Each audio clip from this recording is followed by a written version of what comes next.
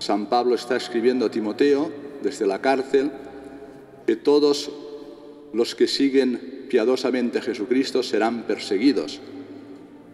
Y pone su ejemplo mismo, la de persecuciones que he tenido que soportar. Tú me has seguido en mi doctrina, etc. ¿Y cómo podemos resistir? Alguno de vosotros puede preguntarse por qué tiene que existir siempre la persecución. Porque es un combate a vida o muerte.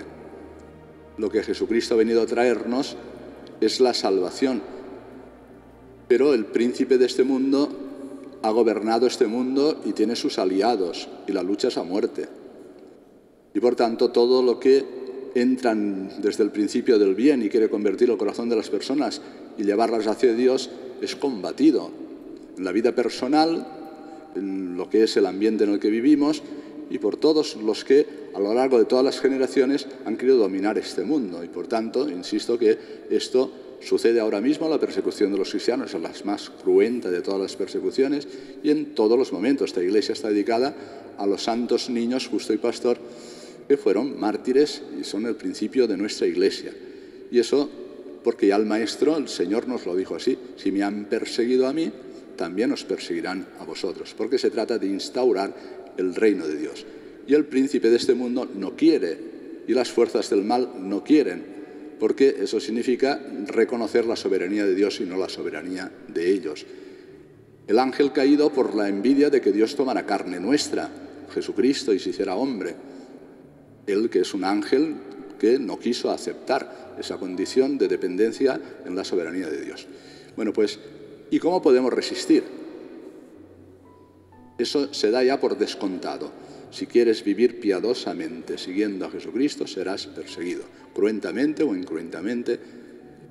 Insisto, para nosotros lo importante, ¿cómo podemos resistir?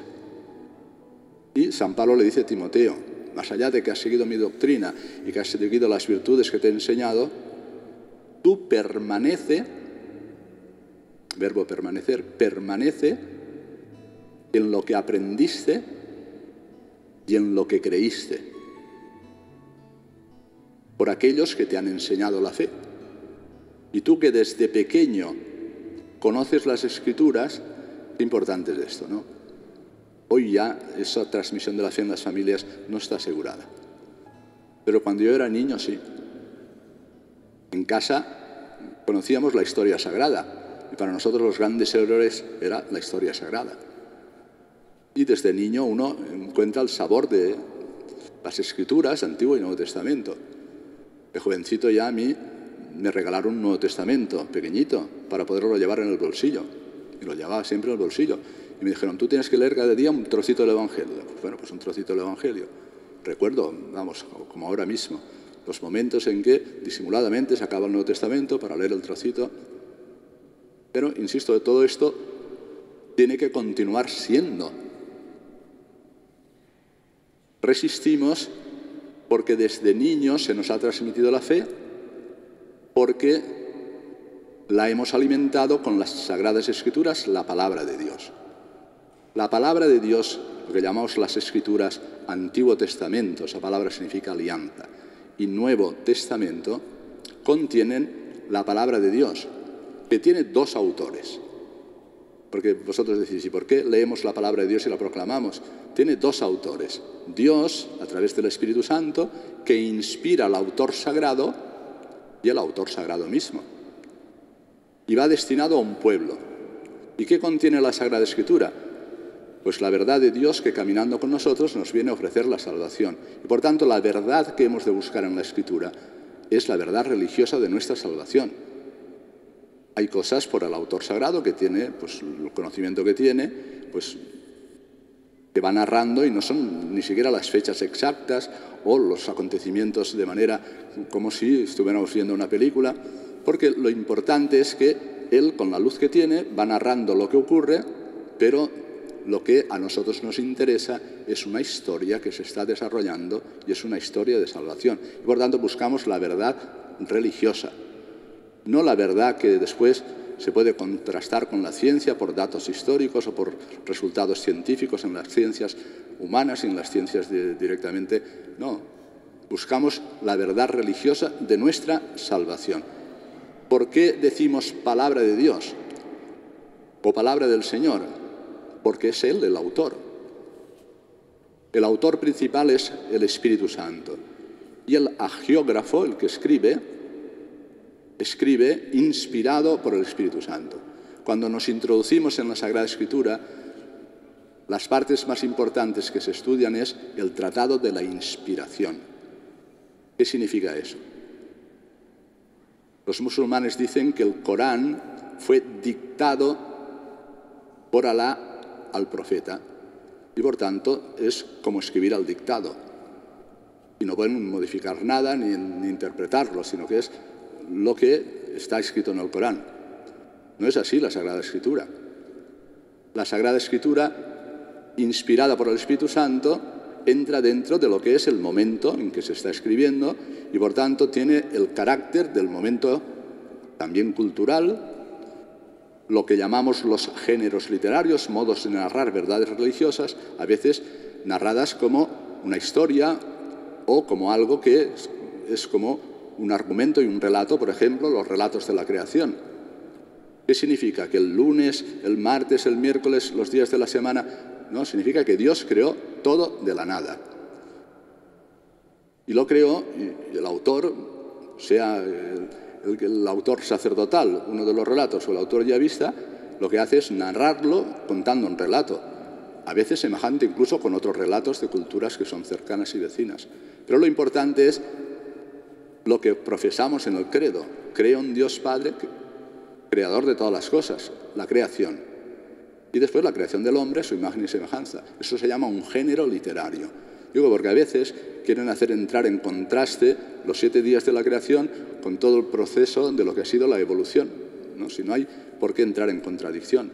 Lo que se está narrando a través de la luz que tiene el autor sagrado y con el género literario que utiliza es la verdad de que Dios es creador, después reconocido como Padre. Dios Padre, creador de todas las cosas. Y por tanto, los textos de la Sagrada Escritura tienen que ser interpretados para conocer la verdad que sustentan y que narran. Tú, querido Timoteo, has conocido las Escrituras desde niño y por tanto tiene en su cabeza y en su corazón todos los relatos de lo que llamamos antes la historia sagrada, que lo que se escuchaba en las sinagogas todos los sábados y que iban proclamando con el Pentateuco, la ley, los profetas, los salmos, etc. Si queréis una analogía, que está descrita por Benedicto XVI cuando hicieron un sínodo sobre la palabra de Dios, dice: del mismo modo que el verbo, llamamos a Jesucristo el verbo, la palabra, el verbo fue engendrado en el seno de la Virgen María por obra del Espíritu Santo, las Sagradas Escrituras han sido generadas en el seno del pueblo de Israel, en el seno de la comunidad que es la Iglesia. Y por tanto están como destinatarias por el Espíritu Santo dedicadas a un pueblo que Él va guiando a través de los sacerdotes, los profetas, los reyes y ya en el Nuevo Testamento a través de todo lo que significa la Iglesia y su magisterio. Por tanto, la interpretación de la Sagrada Escritura no es individual. No es que uno lee e interpreta lo que quiere, sino si ha sido engendrada en el seno de un pueblo, hay que leerla, interpretarla según la propia tradición, es decir, lo que se ha entregado a ese pueblo que ha ido poquito a poquito desvelando todo el misterio de Dios. Hay cosas del Antiguo Testamento que ahora mismo no las podemos suscribir, pero es porque Dios tiene paciencia y va poquito a poquito acompañando a este pueblo de tal manera que alcance la verdad plena en Jesucristo. Pero sí lo guía el Espíritu Santo. Y para saber qué libros forman parte de la Sagrada Escritura, otro tratado que estudiamos cuando nos introducimos en ella es la canonicidad, el canon. ¿Cuáles son los libros que han sido inspirados por el Espíritu Santo? ¿Y cómo lo sabemos? A través de la tradición, porque han sido recibidos como libros sagrados, y porque la verdad es armónica. Todo lo que hay como profecía en el Antiguo Testamento, todo lo que hay como relato histórico y todo lo que hay como desarrollo de esa historia de la salvación, vemos cómo se va alumbrando y se va realizando en el Nuevo Testamento con Jesucristo, que es la verdad plena. Si guardan armonía con lo que son las profecías o con son los relatos del Antiguo Testamento, y Jesús ha hablado de ellos, ¿Jesús qué decía? escrutad las Escrituras porque ellas hablan de mí.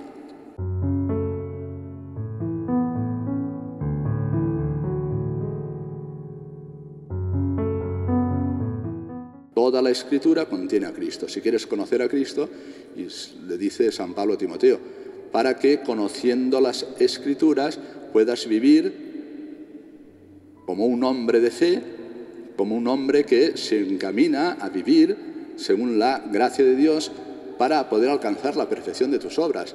Porque toda Escritura es buena para enseñar, dice, para arguir, para educar. ¿Cómo hemos de ser educados nosotros en la fe? Tenemos dos libros fundamentalmente.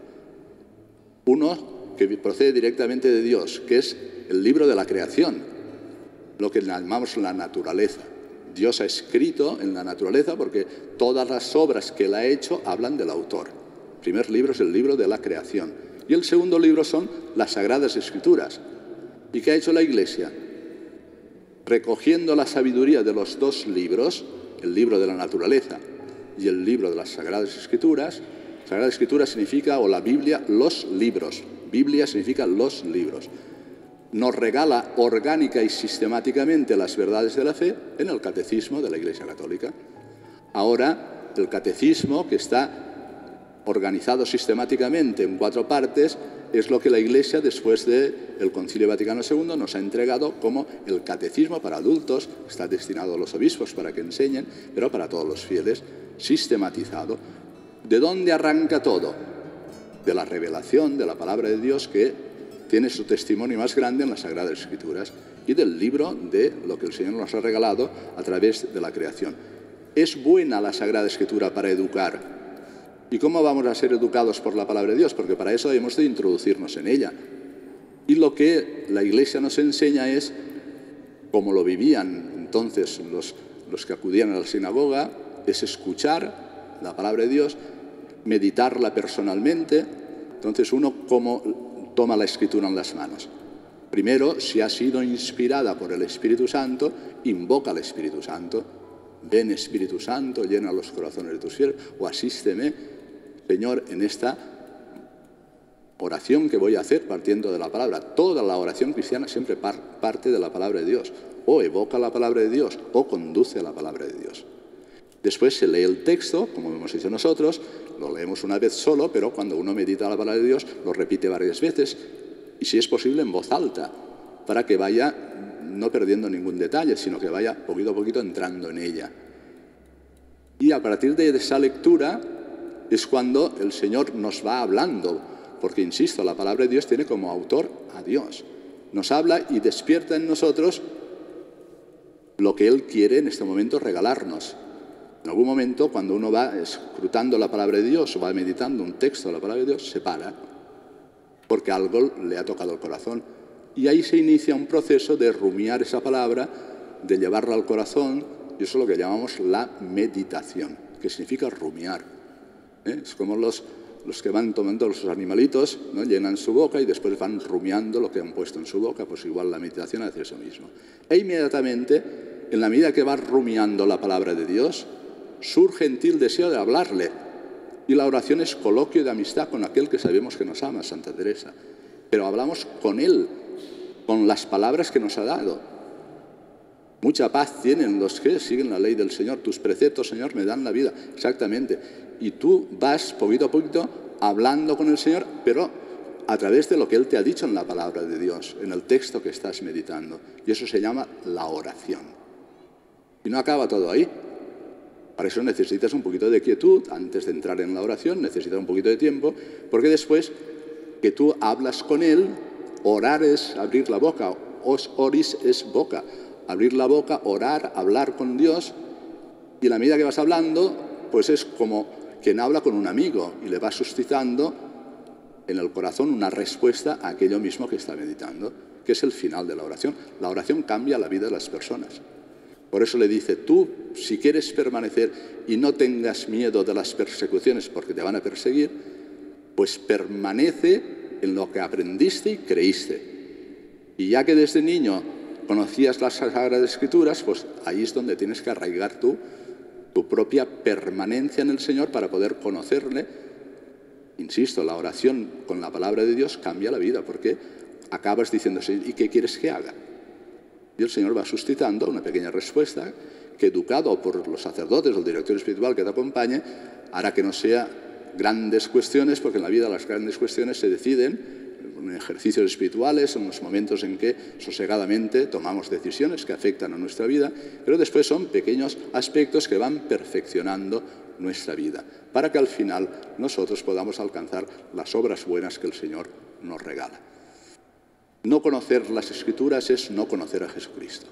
No practicar la lectura orante de la palabra de Dios. Y el método más sencillo es el que estáis haciendo vosotros.